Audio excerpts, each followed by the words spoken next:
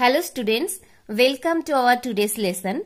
Today we are going to learn what is motional EMF or induced EMF and induced current, then Fleming's right hand rule and one application for induced current, then eddy current and applications of eddy current. So all these topics from chapter 6, that means electromagnetic induction and alternating current. So let's start with motional EMF or induced EMF. Listen carefully. When a conducting rod moves in a plane perpendicular to magnetic field, it cuts magnetic field lines. Okay, I repeat. When a conducting rod moves in a plane perpendicular to magnetic field, it cuts the magnetic field lines. Due to this, a potential difference developed across the ends of the rod called dynamic or motional EMF, which is the EMF induced in a conducting rod moving through a constant magnetic field.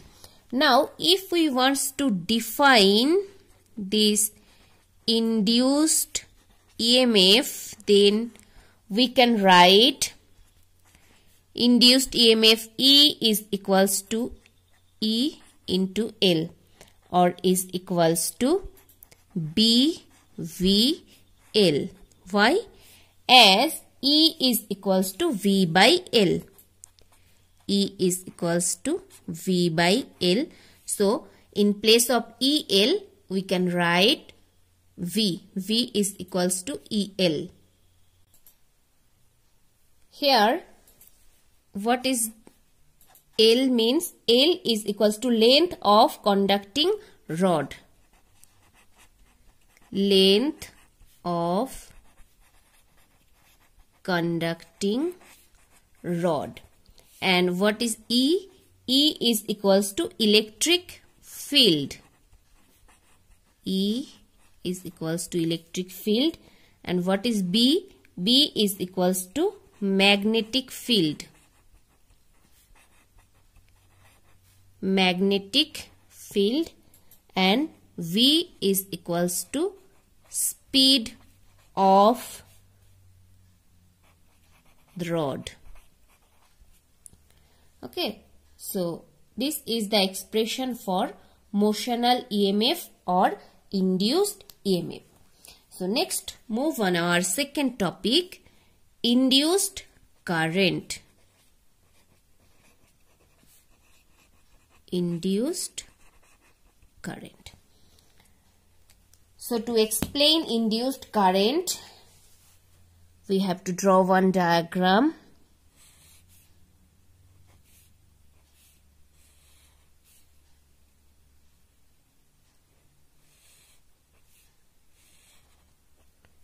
So suppose one conducting rod moves on two parallel conducting rails. So suppose this is our conducting rod. So this conducting rod moves on two parallel conducting rails as shown in this figure.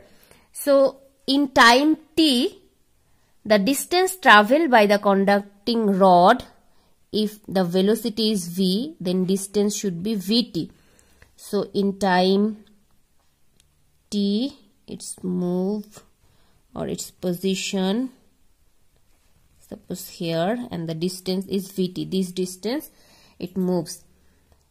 Suppose this point is our P. Now we can introduce one resistance in this circuit R. So this is our complete diagram. So a rod moves on a rail. So suppose a conducting rod moves on two parallel conducting rails as shown in this figure, and in time t, the distance traveled by the conducting rod is Vt and the length here is L. Now what should be the area generated? We can write area generated. So area means length into breadth. So length is L and the distance or breadth is VT. So area generated, we can write A is equals to L multiplied by VT or LVT.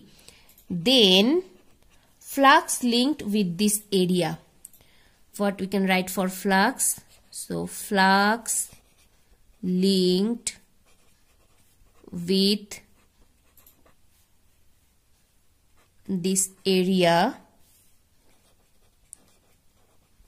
So flux phi is equals to, what is the formula for flux? Phi is equals to BA. So in place of B we can write B, and in place of A we can put the value LVT. A is equals to LVT. So B LVT. In place of A we are putting here LVT. So B LVT. Hence induced EMF or motional EMF. So from this equation we can find induced or motional EMF. So our induced EMF E is equals to d phi dt is equals to BLV. So phi is equals to BLVT. From here if we find d phi dt, that means d dt of BLVT. So dt and dt, so we get BLV only. So d phi dt is equals to BLV. Okay. Now from this equation we can find induced current. Now next, how we can find induced current? Next we can write induced current, and induced current I is equals to, formula is E by R or V by R. We know from Ohm's law V is equals to IR. So E is equals to IR. So E value is BLV. And in place of R we can write R. And what is the R? R is equals to resistance of circuit. Resistance of circuit. Okay, so this is our expression for induced current. So let's move on our numerical problem. Okay, what is the problem? A boat is moving due to east in a region where the Earth's magnetic field is 5.0 into 10 to the power minus 5 Newton, A inverse or ampere inverse, meter inverse, due to north and horizontal. The boat carries a vertical aerial 2 meter long. If the speed of the boat is 1.5 meter per second, the magnitude of the induced EMF in the wire of aerial is, so 4 options is given here. Which one is correct? We have to find. So what is the formula for induced EMF? Already we know. So induced EMF, or we can write we know induced EMF E is equals to BLV. E is equals to BLV. So in next line we can write E is equals to, what is the value for B? Magnetic field B is given 5 into 10 to the power minus 5. And what is the L value? L value is given 1.50. And what is the V? V value is where 2 meter. Okay, 2 meter long. If the speed of the boat is 1.5. Speed is 1.5 and length is 2 meter. So in place of length we can put 2 meter and V is 1.5. 50. Okay, BLV or BVL. So if we calculate, then 5 into 10 to the power minus 5, and if we multiply this 2 and 15 or 1.5, then we will get 3. So 3 into 5 means 15. So 15 into 10 to the power minus 5, unit is volt, and if we want to convert it in millivolt, then we can write 0.15 millivolt. So what is our answer? Option 4, 0.15 millivolt.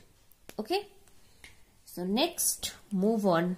Fleming's right hand rule. What is Fleming's right hand rule?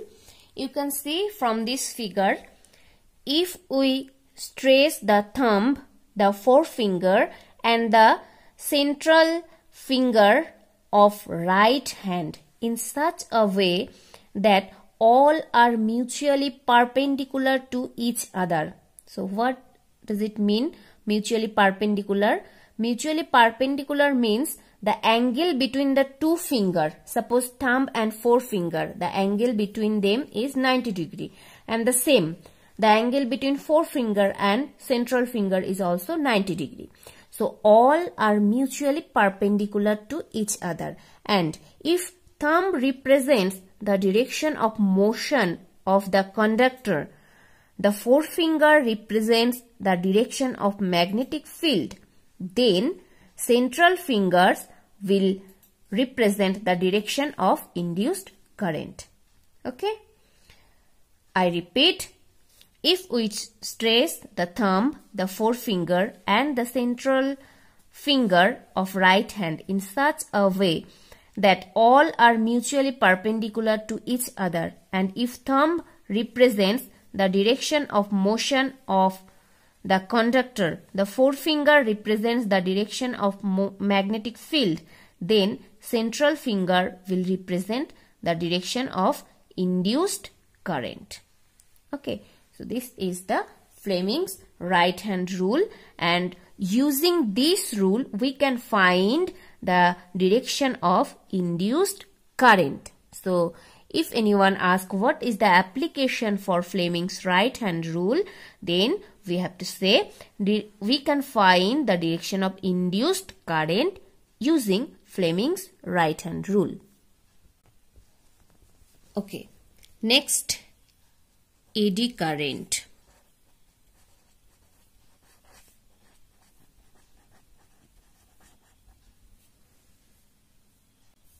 So what is eddy current?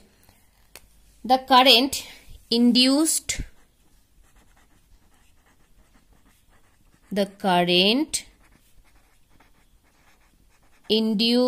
in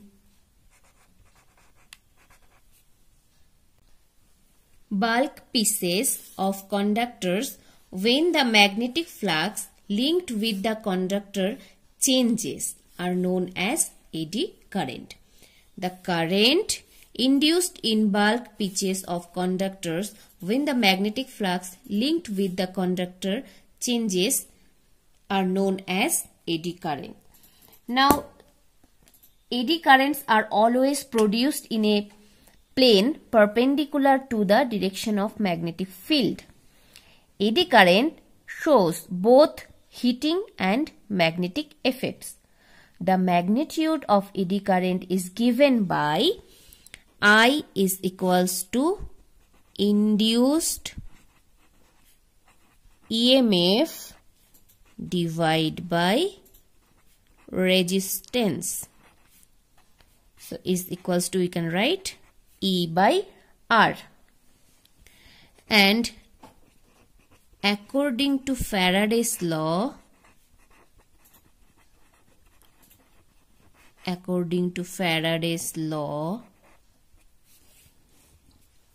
E is equals to minus d phi dt. From earlier classes, we know E is equals to minus d phi dt. So if E is equals to d phi dt from, suppose if this is our equation number 1, so from equation 1, what we can write, I is equals to minus d phi dt divided by R. Why d phi dt? Because E is equals to minus d phi dt. If we put the value of E here, then we will find I is equals to E by R, means minus d phi dt by R, because E is equals to minus d phi dt. And the direction of eddy currents can be given by Lenz's law or by Fleming's right hand rule. Clear? Now our last topic, applications of eddy currents.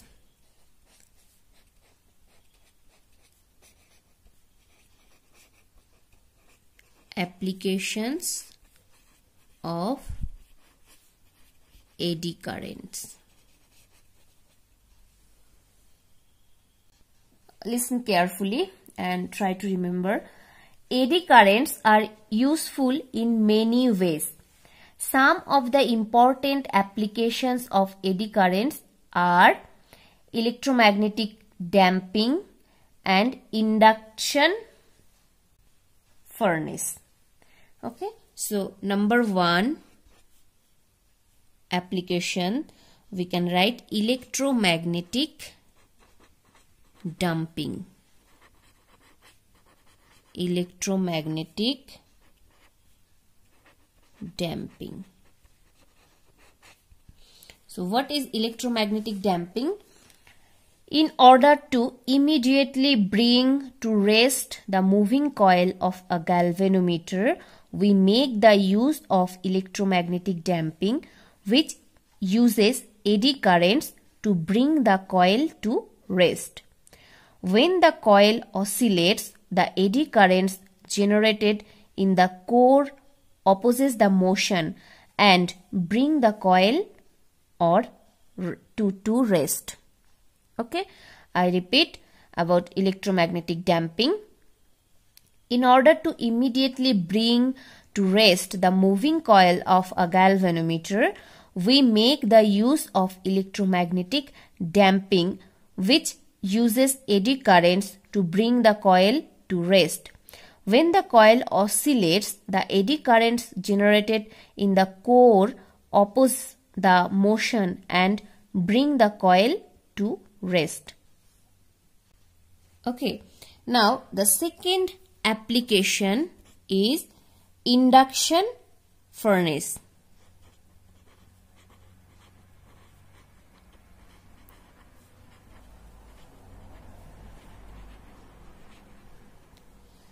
So, in an induction furnace, high temperature can be produced by using eddy currents. We generally use induction furnace in preparation of alloy by melting the constituents of metal. A coil is wound over the metal which needs to be melted, and through the coil we pass high frequency alternating current. The eddy current generated in the metal produces high temperature to melt the metal.